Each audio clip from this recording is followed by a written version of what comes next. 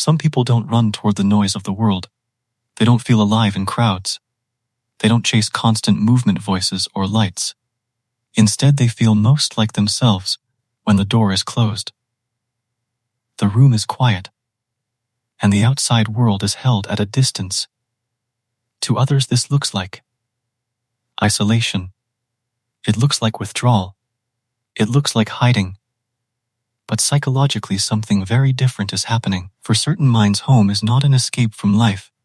It is where the nervous system finally feels safe enough to rest, where thoughts slow down, where emotions organize themselves, where the brain stops scanning for threats and starts returning to balance. This is not about being antisocial.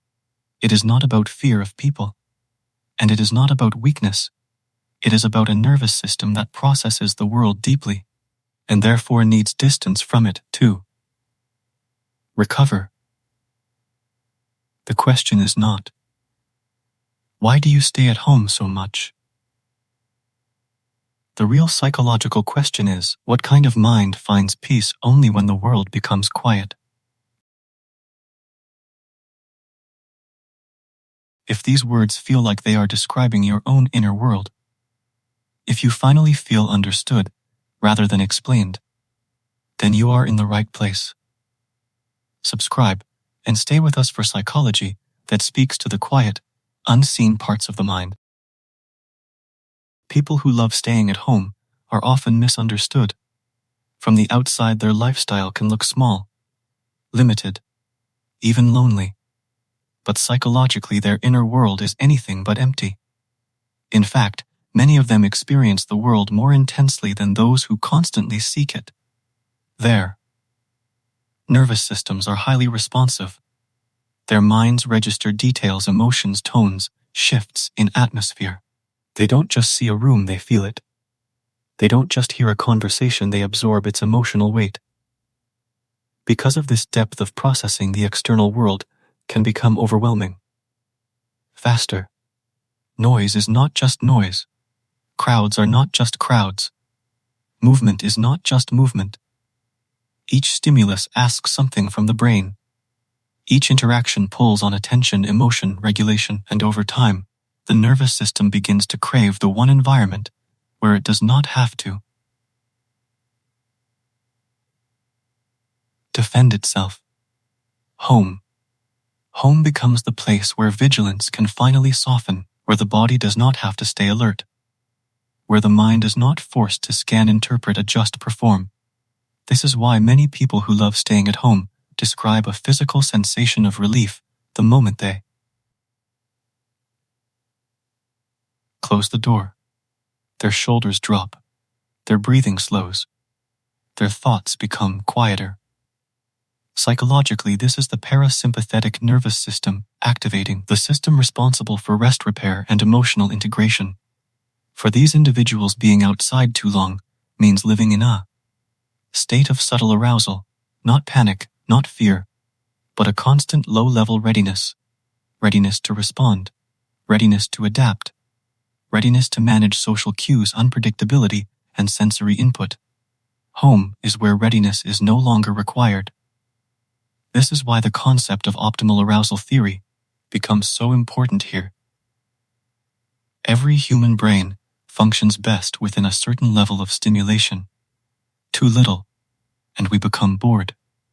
Too much, and we become overwhelmed. Extroverted nervous systems are understimulated by quiet. They seek people, sound, movement to reach their optimal level. Introverted nervous systems are already near that optimal level internally. Their thoughts are active. Their imagination is alive. Their emotional processing is deep. Add too much external stimulation, and the system crosses into overload. So what looks like avoiding the world is often the brain protecting its optimal state. Staying at home is not withdrawal, it is regulation. Another key psychological factor is control. Outside, the environment is uncontrollable. You cannot regulate the volume of people. You cannot regulate their moods. You cannot regulate interruptions. Expectations, social energy, unpredictability. Inside, control returns. You choose the light. You choose the silence. You choose the temperature. You choose whether to speak or not. The brain interprets control as safety. Safety allows the nervous system to downshift. And when the nervous system downshifts, higher cognitive functions become available. This is why so many people who love staying at home report clearer thinking, deeper creativity, stronger emotional processing, better problem solving. Solitude is not emptiness for them. It is spaciousness. It is the space in which the mind can finally hear itself. In silence, their thoughts arrange. In stillness, their emotions settle into meaning. In absence of social demand, their identity becomes clearer. This is also why home becomes a psychological mirror. Without distraction, the mind turns inward.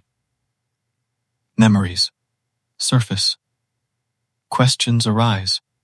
Self-understanding deepens. For some, this introspection feels heavy. For others, it feels nourishing. Those who love staying at home are often those who are comfortable meeting themselves. They are not afraid of their inner dialogue. They are not running from it. They are not numbing it with constant external noise. They allow it to unfold. However, this does not mean that every person who prefers staying in is psychologically healthy. And this is where the distinction becomes subtle, but crucial. There is a difference between solitude as regulation and isolation as avoidance. Regulation is chosen. Avoidance is driven by fear.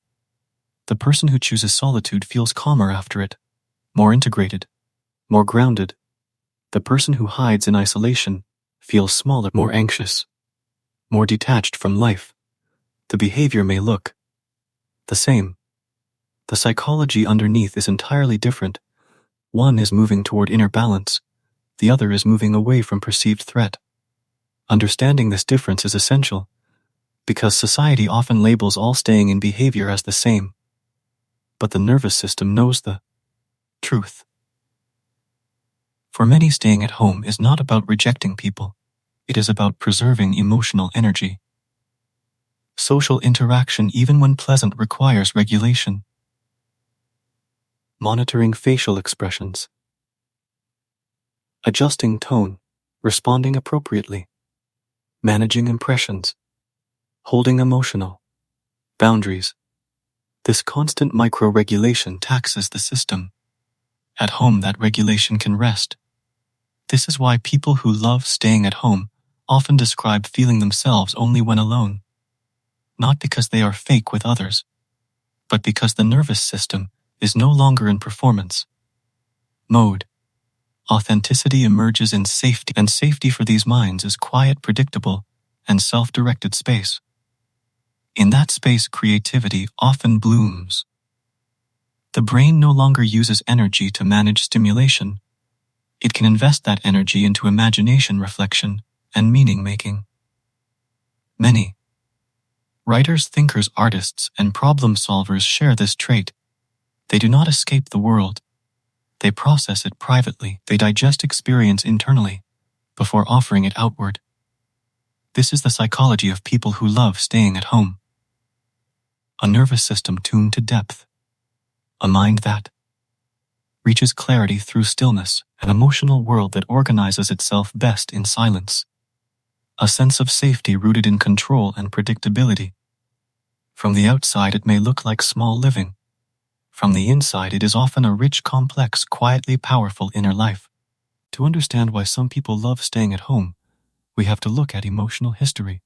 For some, quiet feels safe because their early environment taught them that stillness meant stability.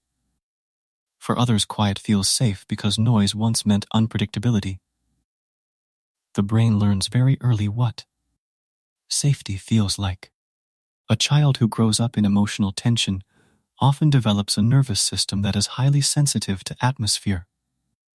As an adult, this system seeks low stimulation not because of weakness, but because calm equals safety. Home becomes more than a place. It becomes a psychological boundary. Inside feels predictable. Outside feels demanding. Attachment style also plays a role. People with secure attachment can enjoy both people and solitude. They rest in connection, and they rest in being alone. But those with anxious or avoidant attachment often feel most regulated when emotional distance is preserved. For them, home becomes the only space where they do not have to perform, do not have to explain, do not have to emotionally monitor others. This is why some people say, home is the only place I can breathe. But the most important question remains, is this: love of home coming from peace or from protection? Peace-based solitude feels grounding. After being alone, you feel clearer and more open to life. Protection-based isolation feels contracting. After being alone, you feel smaller and more afraid to re-enter the world. The behavior looks the same. The inner experience is different. One is rest. The other is hiding.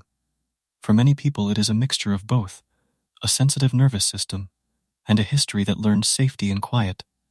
This creates a deep pull toward home, not as an escape, but as a sanctuary. Sometimes the closed door is not avoidance, it is where the nervous system finally feels safe enough to heal.